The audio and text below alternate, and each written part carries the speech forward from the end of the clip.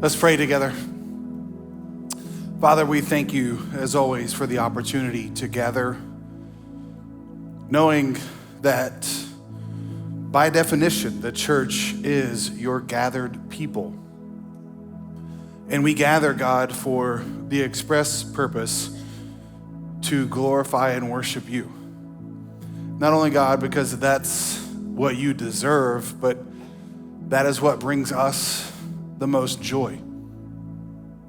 And so, God, I pray today that we would worship you appropriately, not in just what we sing, because we know worship is more than that, but in how we live.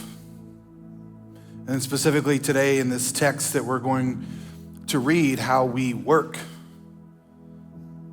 And so, God, I pray that you would bless not only the reading and preaching of your word, but the listening and hearing of it. Help us by your Spirit, God, to not only listen to these words, God, but through the work of your Spirit, have them change us. And I thank you for the privilege, as always, to preach this word. And I pray that you would help me to communicate it in a way that first and foremost honors you, but then is helpful to us. We thank you for it. Thank you for this time as the church gathered, even in multiple cities, and really the church gathered all over the world. Pray, God, that you would build us up and then send us out. In Jesus' name, amen. All right, if you have a Bible, we are in Ephesians chapter 6. We've been in this chapter for a few weeks now, and in this letter for several months. It will be shorter than we were in the gospel according to John. That was like 2.5 years. But you'll see at the end of the message today, I'm going to refer back to John. I just can't get away from it. It's just amazing, all right? But we've been in Ephesians for months now. And just as a way of recap, the first 3 chapters were really about what God has done. What does it mean to be saved and what God has done? And then chapters 4 through 6 are how do we live in light of that? And then specifically over the last several weeks, we've been talking about how we live in that light and that in our relationships. And primarily we have discussed so far the husband and wife relationship. And if you weren't here for those and you are a husband, you are a wife, or you're aspiring to be a husband or a wife, I would go back and listen to those messages. And then we talked about children and parents. And that's where we've been for the last several weeks. And again, if you're a child, and I don't mean that mentally, all right? Because that would be childish, all right? But if you're a child, go back and listen to those messages. And then even last week, if you're a parent, didn't Pastor Chad do a great job? Let's give it up for him last week. Speaking on the parenting aspect of and the dynamic of that relationship. So this week, we're gonna be in Ephesians chapter 6, verses 5 through 9, and we're gonna look at another dynamic of a relationship. And categorically, even though we've got to deal with some terms, categorically, this type of relationship that we're going to talk about is your work life, how you work. And it's an important conversation to have because almost any statistical person or entity would tell you, you spend a lot of times more time in your work life than you do with your own family. Almost as much time working as you do sleeping. And so this is an important category to talk about. It's an important part of our lives because contrary to popular belief, work is not a curse, even though we feel like that a lot of times, because work existed before the fall of the human race. God gave Adam a job, and I say this all the time. He gave Adam a job before he gave him a wife, all right? So there is an order to things, meaning you shouldn't take a wife unless you have a job. All right, come on, somebody, give me an amen on that one, right? So work and how we work, the Bible has a lot to say about it. But before we get to that part of it, I'm gonna read the first few verses, and then we have to have a conversation about the first word we're going to read, because unfortunately, this word has brought about a lot of confusion in the life of the church. And so I'm gonna talk about that first, and then we'll get into the meat of the text. So let's go Ephesians chapter 6, verse 5 and 6. It says, bondservants, obey your earthly masters with fear and trembling, with a sincere heart, as you would Christ, not by the way of eye service as people pleasers. All right, so that's the text, and again, a few more verses we're gonna look at from the aspect of work. But before we talk about that part, we have to talk about the first word. Now, I'm reading out of the ESV. It's the one I read out of all the time because it's, in my opinion, one of the best word-for-word translations that we have. And I like how it translated this word, this very first word, when it said bond servants. Because this word in Greek is the Greek word doulos, and it is used a lot in the Bible. But one of the translations of this word, doulos, it can mean servant, it can mean bondservant, it also can mean slave. So a lot of translations would translate this slaves. Obey your earthly masters. So we got to talk about this word, slaves. Because in our minds, in 21st century America, we can't hear the word slaves or slavery without automatically thinking about the transatlantic slave trade. That's what we think about. And sadly, and this is one of those words that we just got to talk about, right? Like this is one of those subjects that if you're a Christian is used against us a lot because of the Bible's seeming condoning of slavery. Because what you're not going to see in this text is the Bible dismantling the concept of slavery. And in fact, texts like this were used by churches. And I'm putting Christians in air quotes here because I don't know if somebody could use the Bible to justify something like the transatlantic slave trade as a Christian. But these texts were used as a way to say, see, the Bible condones slavery.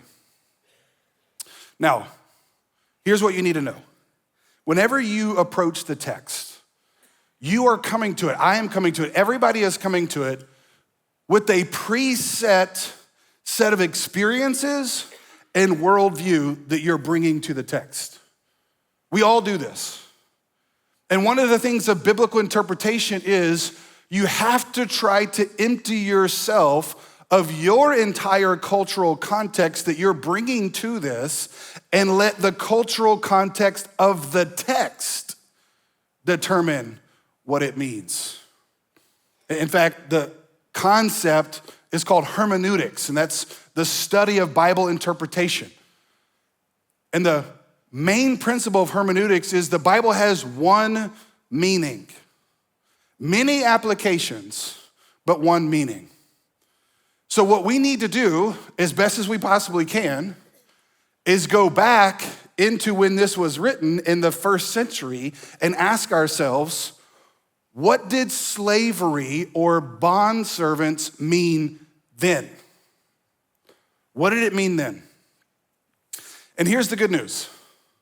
The good news is it didn't mean what we think of when it comes to slavery. Transatlantic slave trade, where people were purchased as property. That is not what this means.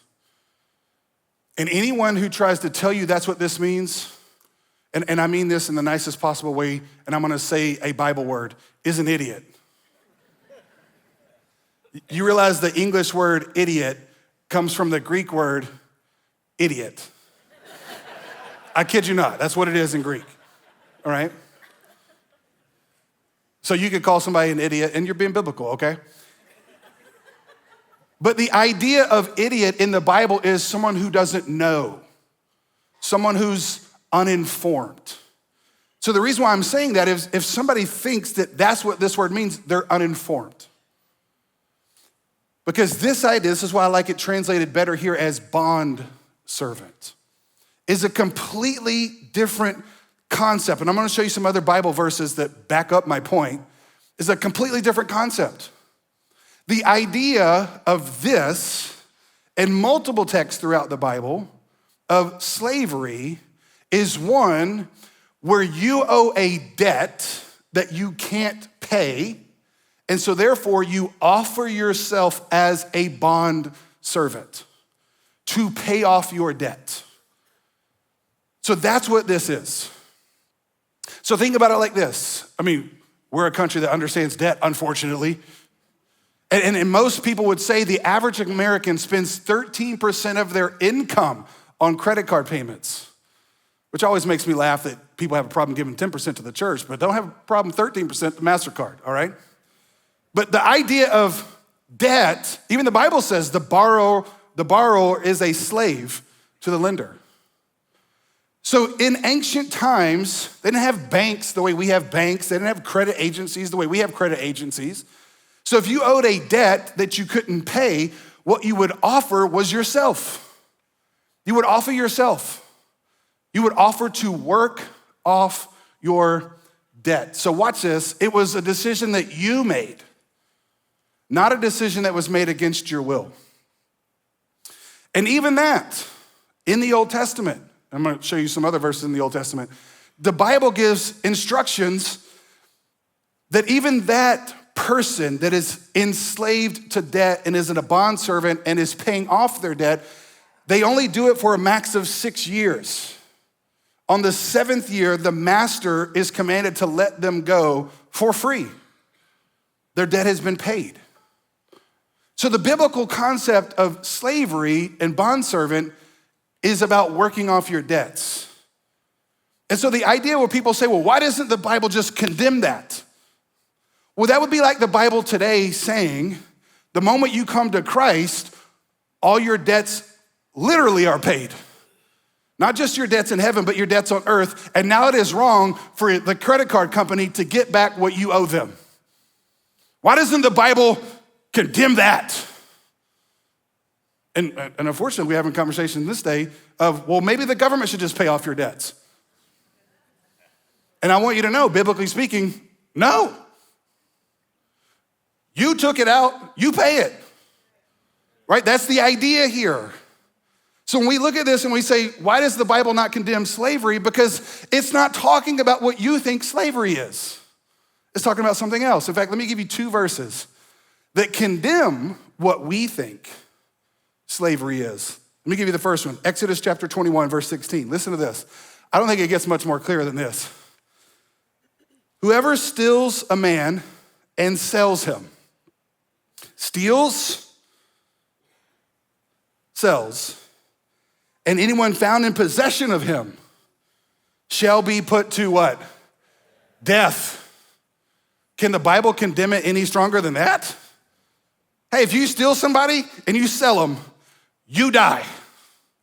This is what amazes me about how Christians and churches somehow use texts like Ephesians 6 to justify the stealing and selling of people when they're idiots because they didn't read the rest of the Bible. You see what I'm saying? And I want you to hear me say this. I could not be clearer in saying this, and the Bible couldn't be clearer in saying this. The whole idea of transatlantic slavery is evil and wicked, and the Bible never condoned that, ever. And here's the part that doesn't get the press. It was Christians that ended it. It was Christians that ended that slavery. Because they read their Bible, they weren't idiots. And they saw the inherent worth and the image of God in human beings, even though they might have a different melanin level or skin color. Christians ended that. So I don't want you to be an idiot, all right? I don't want you to be uninformed. I want you to know what this word here means, that it's not talking about what we think about because the Bible expressly condemns that. Well, you're like, well, that's Old Testament. Well, let's go New Testament, all right? Look at 1 Timothy chapter 1. 1 Timothy chapter 1, verses 8 through 11. I've got it here on the screen as well. Now we know, this is Paul, same guy, that the law is good. If anyone uses it lawfully, understanding this, that the law is not laid down for the just, but for the lawless and disobedient. Now listen to this, I highlighted it. For the ungodly and sinners. That's what the law is for. Which just, by the way, is all of us. For the unholy and profane. Now it's going to give list. And I've told you this before, this list isn't exhaustive, but it's important to see who Paul puts in the list. For those who strike their fathers and mothers. That goes back to 2 weeks ago, honor your father and mother. And children, that's the first one in the list. And then look at the one that it puts next to that. Murderers. This is why your reasoning of trying to act like you're not that bad of a person, you say, well, I'm not a murderer. Well, that's actually second. What's first is strike your father and mother. And that doesn't just mean physically strike. It means strike out against them. Disobey them. So you gotta change your standards, don't you? You may not be a murderer, but you're a mother striker. And I didn't even mean it to be so close to a cuss word, but I'm sorry about that, all right? But listen to the rest of the list.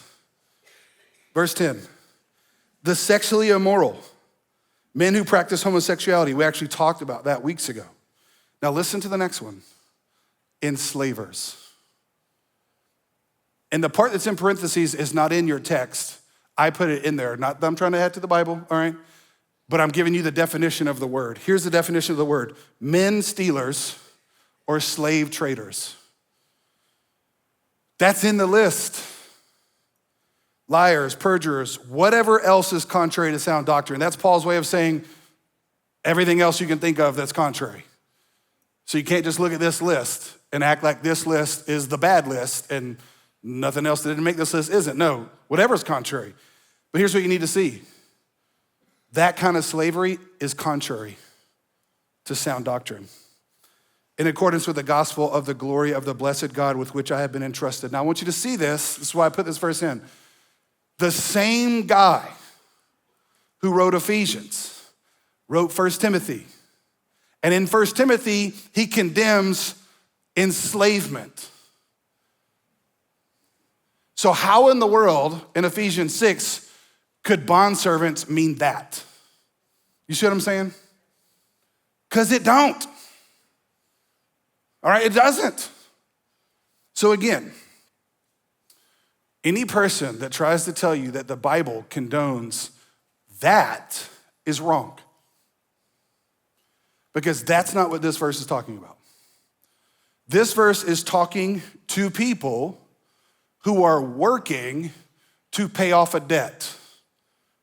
Now let's just do a straw poll in here, and I do want you to raise your hands. Who in here is working to pay off a debt? That should be every single one of you, pretty much.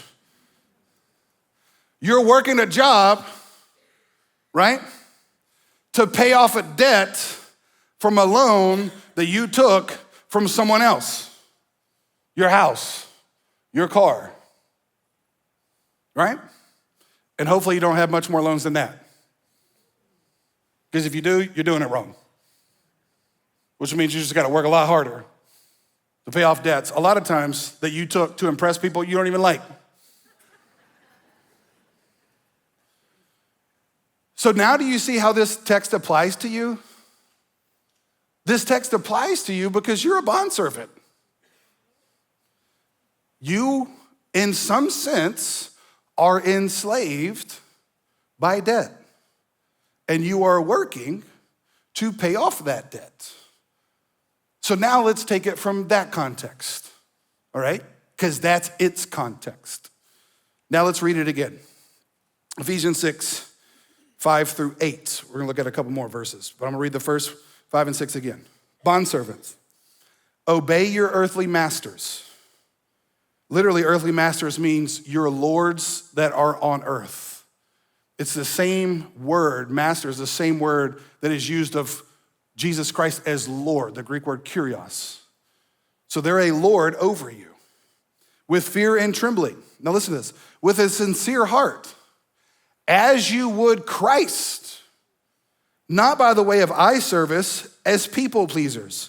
But listen to this, but as bondservants of Christ, one who's indebted to Christ.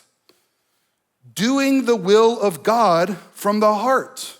Verse 7, rendering service with a good will as to the Lord and not to man, knowing that whatever good anyone does, this he will receive back from the Lord, whether he is a bondservant or is free.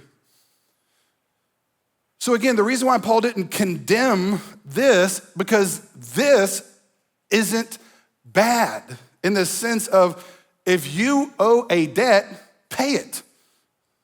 Why would Paul condemn that?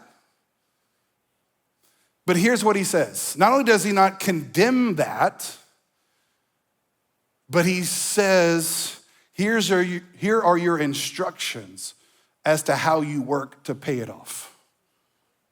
That's how we need to hear this verse. Because what he says is crazy. And by crazy, I mean amazing. Listen to how he talks. He says, do this with a sincere heart, with your whole heart, with fear and trembling, not by way of eye service. You know what that means? Is don't just do good work when your boss is around, when they're not around, when your master or your Lord, and again, in our context, we don't use words like this anymore, but think boss. When they're around and they're watching you, don't just work when they're around. Why? Because you're not just their servant, you're his servant, and guess what? There's never a time that he don't see. Hebrews says, darkness is as light to him, everything will be laid bare. God sees it all. So if you're that type of employee that just is like, plays solitaire or is on Instagram until your boss comes around and you're like, oh, I'm working on spreadsheet, boss. You're doing it wrong. In fact, I'll just go out on a limb and tell you, unless social media is a part of your job, you shouldn't be doing it while you're working. You shouldn't. And you say, like, woo, yeah. But here's why. Because social media is evil? No.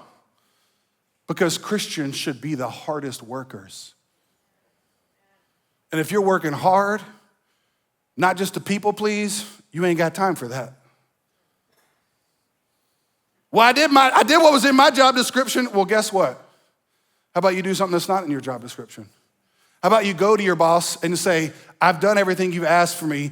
What else do you need me to do? And then how about you study them to the point to where you just start to know what it is that they want you to do, and then you just start doing it. That's the key to a good marriage too, right?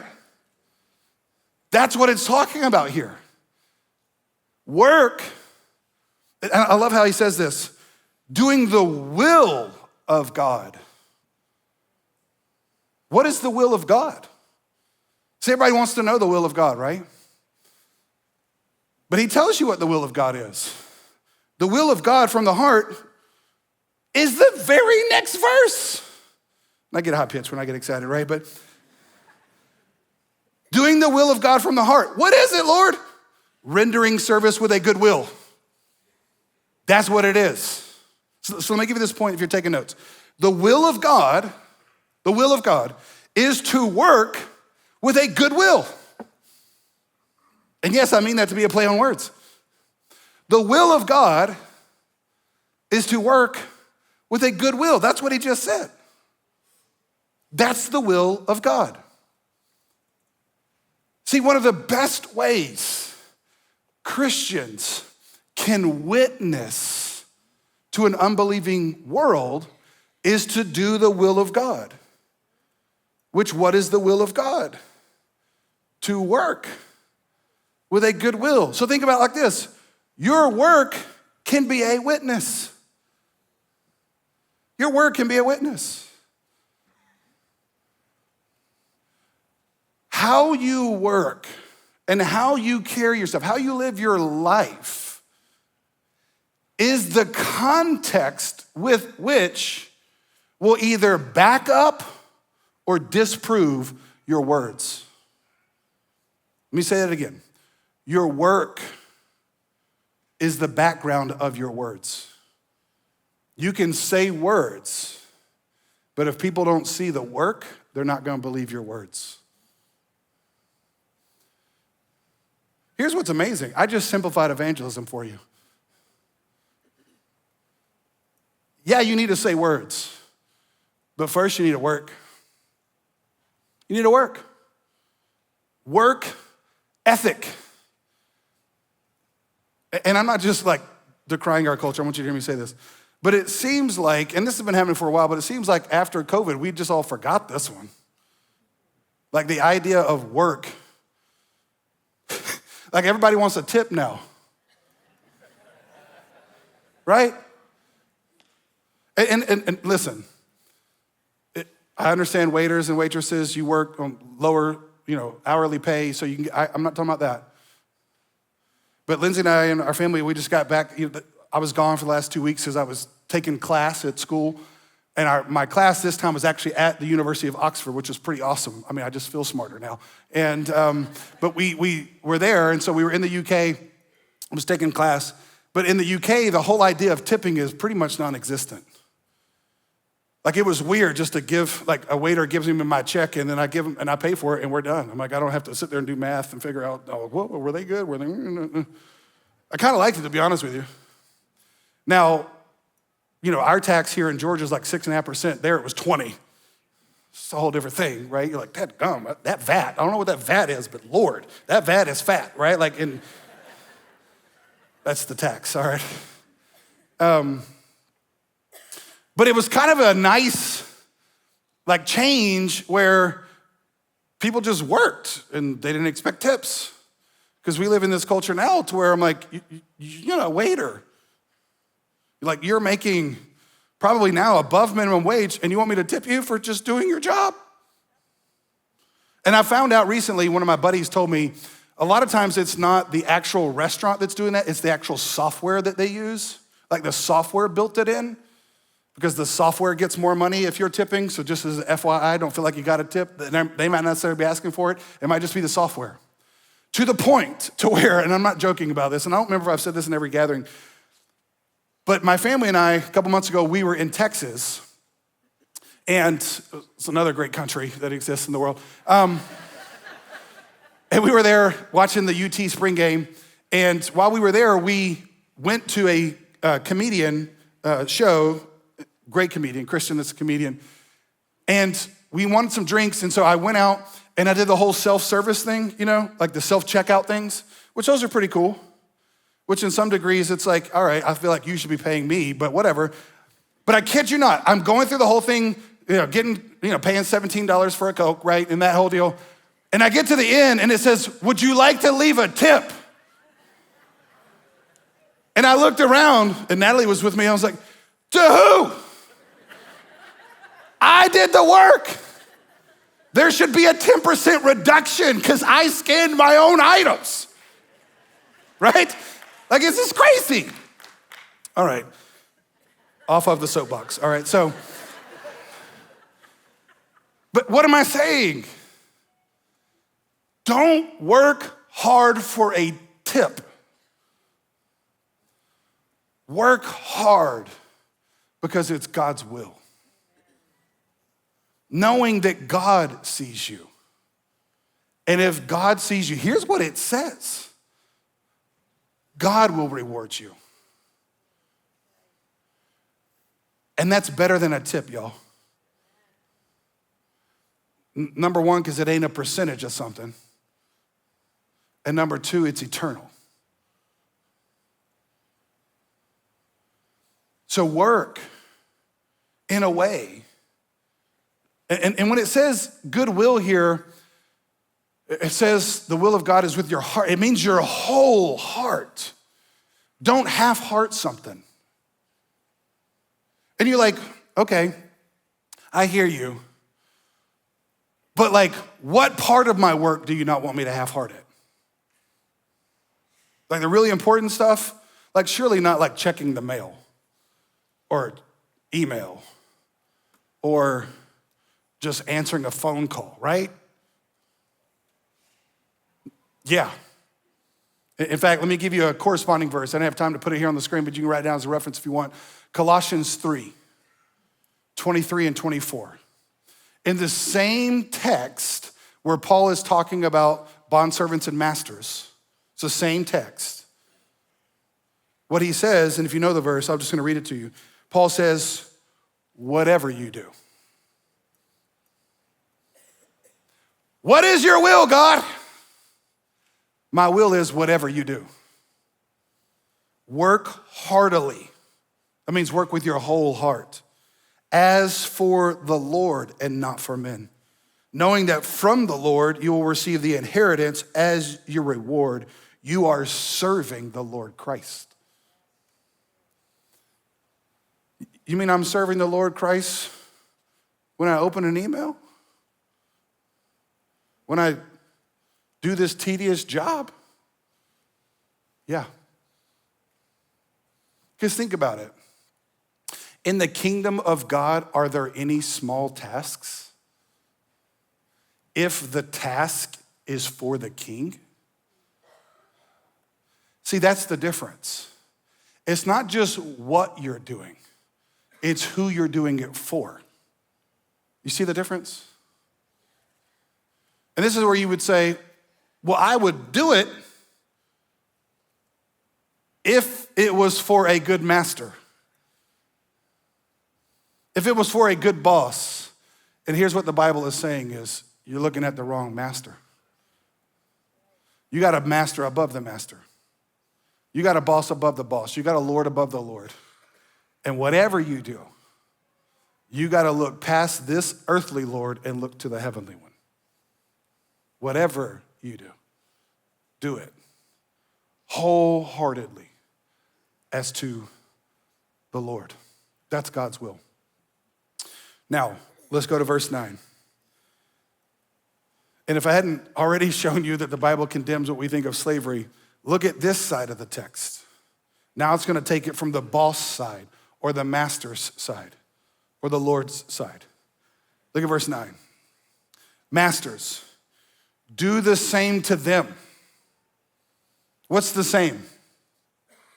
Everything he just said. Everything. With your whole heart, not eye service, to the Lord. But then he adds one, and stop your threatening. Stop your threatening. Again, if that right there doesn't blow up the idea of what we think of slavery, I don't know what will. Because the Bible just commanded people who, watch this, the masters that he's talking about here would have been people that bought that person's debt.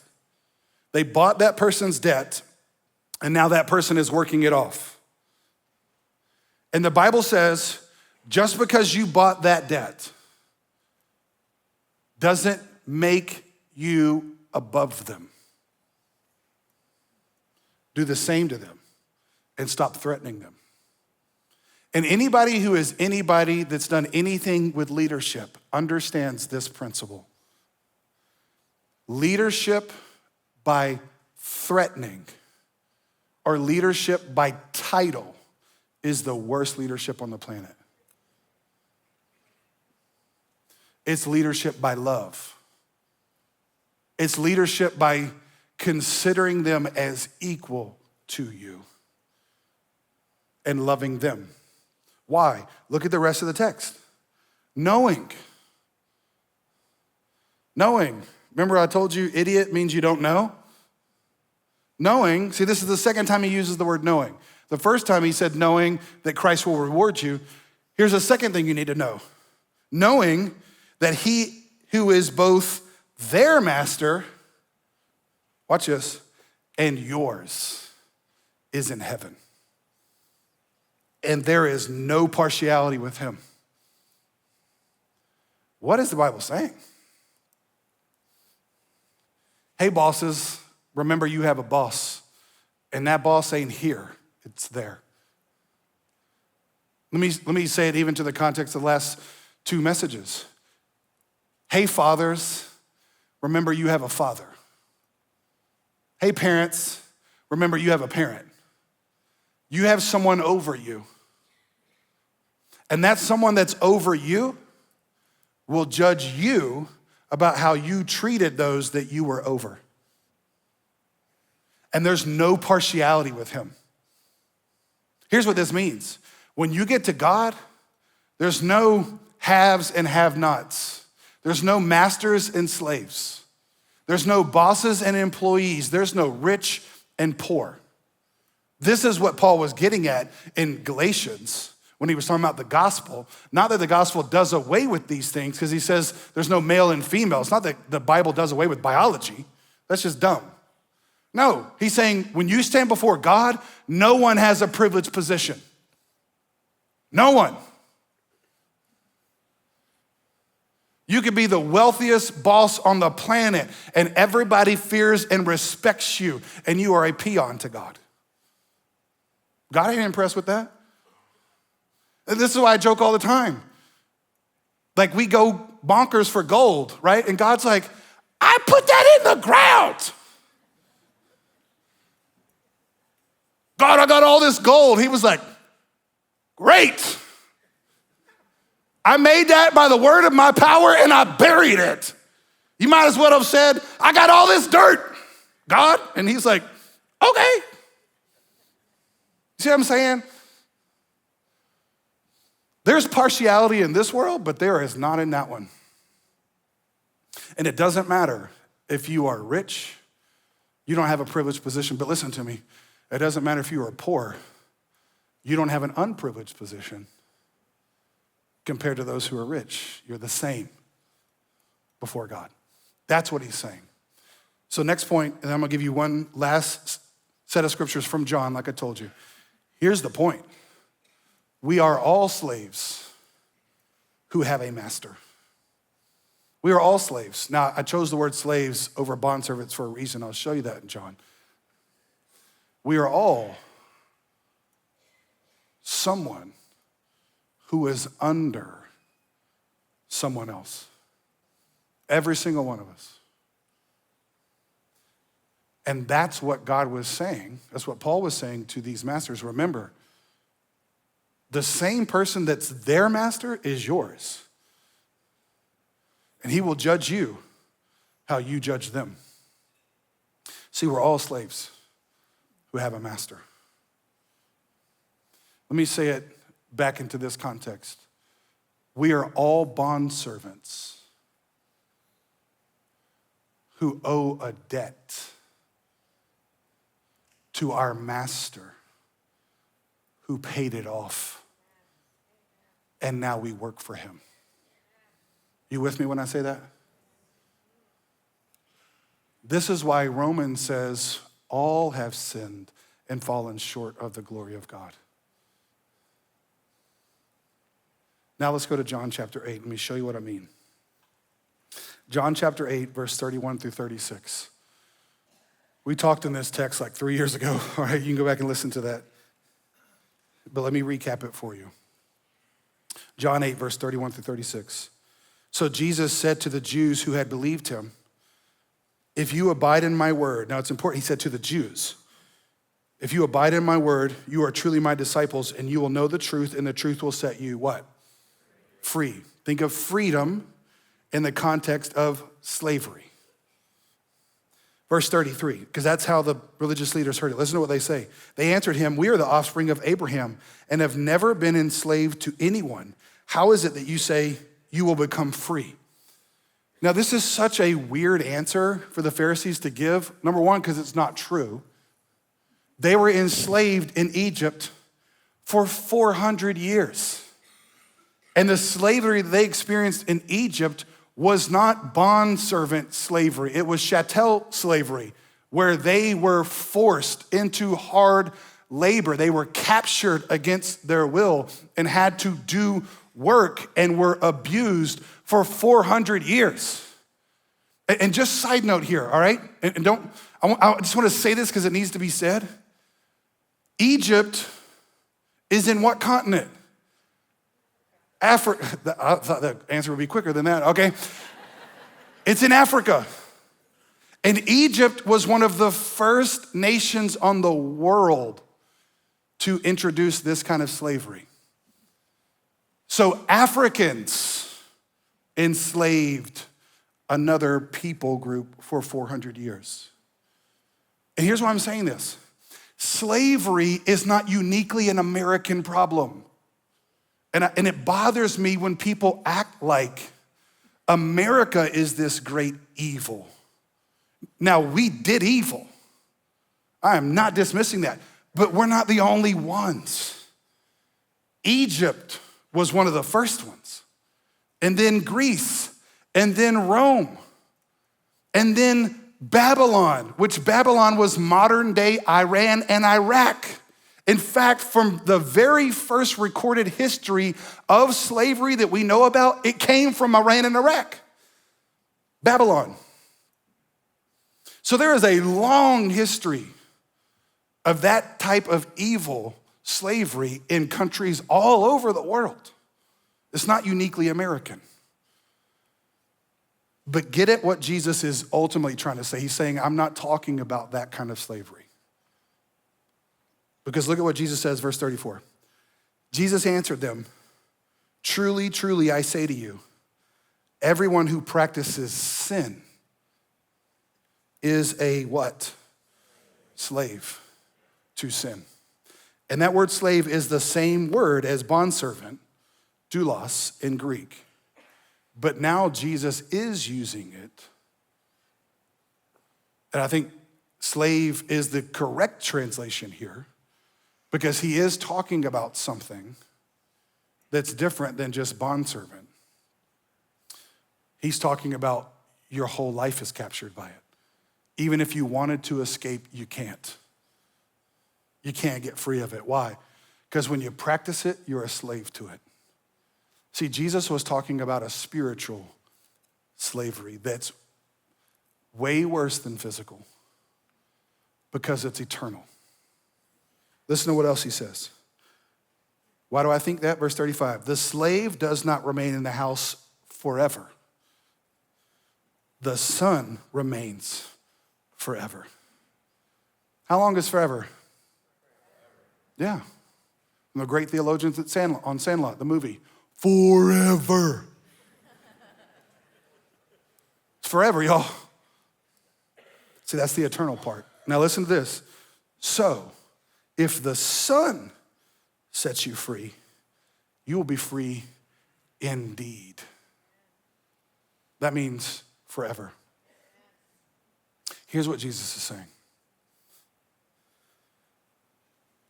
Everybody, Jew and Gentile alike,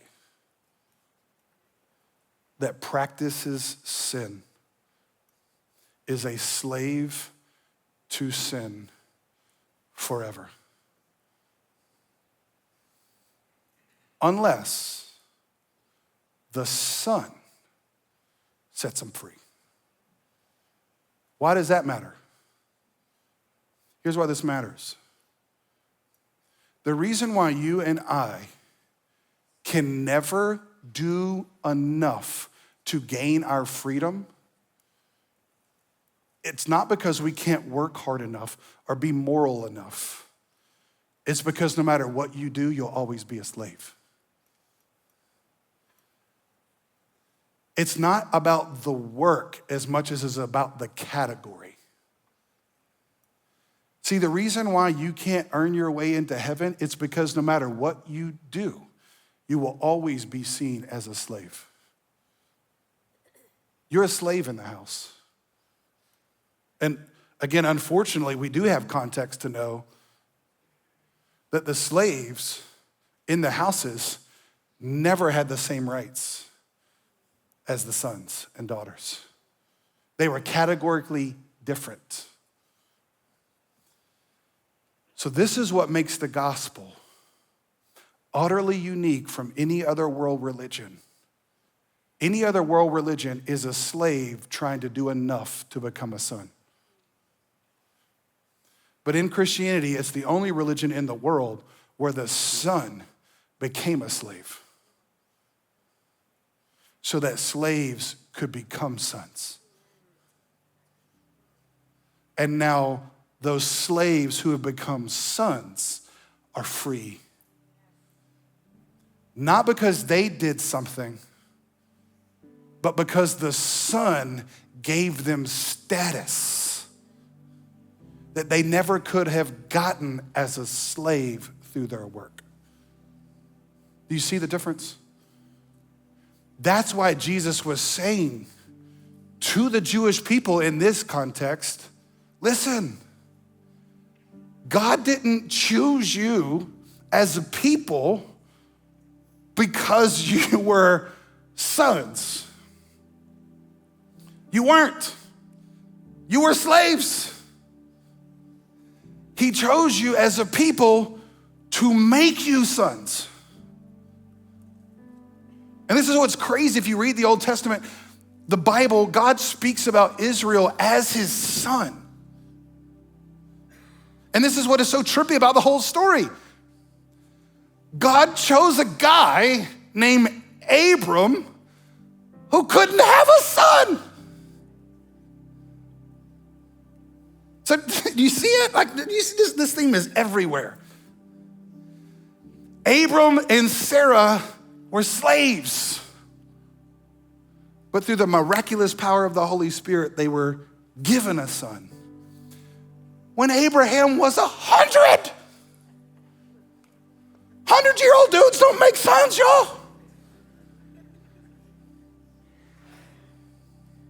And 75-year-old women don't birth them. Why would God do that? To say, without me, you can't have a son and you can't be a son. You see it? Because you're a slave. And here's what I'm saying to you. The gospel message today is, listen, if you practice sin, it's far worse than you thought. You're a slave to it. It's gonna beat you, and I mean that double. It's gonna win, and it's gonna beat you. It's gonna beat you up, and it's gonna beat you forever. Because you're a slave to it. Why do you keep returning to the same sins? Because without Christ, you're a slave. Only Christ can make you a son because only Christ is a son. So there are those of you today that need to understand, and I love how Tim Keller used to say it, the gospel means you are far worse than you ever dared believe, but you are far more loved than you ever dared dream. So you're not just a sinner, you're a slave to it.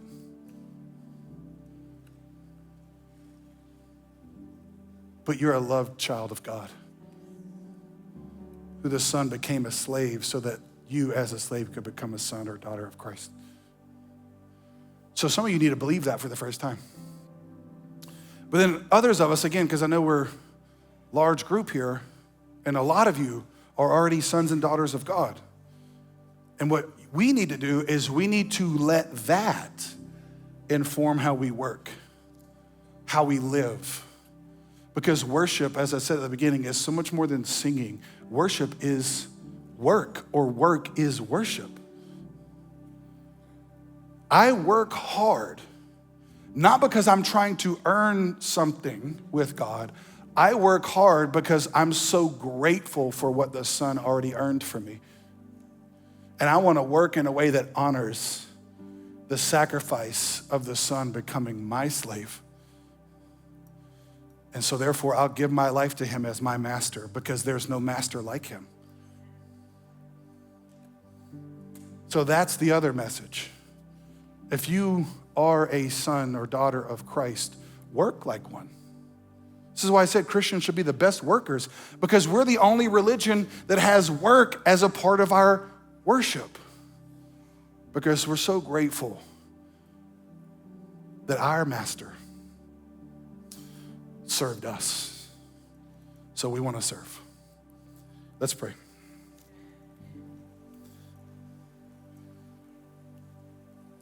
Father, thank you. First and foremost, for Jesus, who has eternally been the only begotten Son of God, not meaning that he was created, it means he is the image of you. He has always been.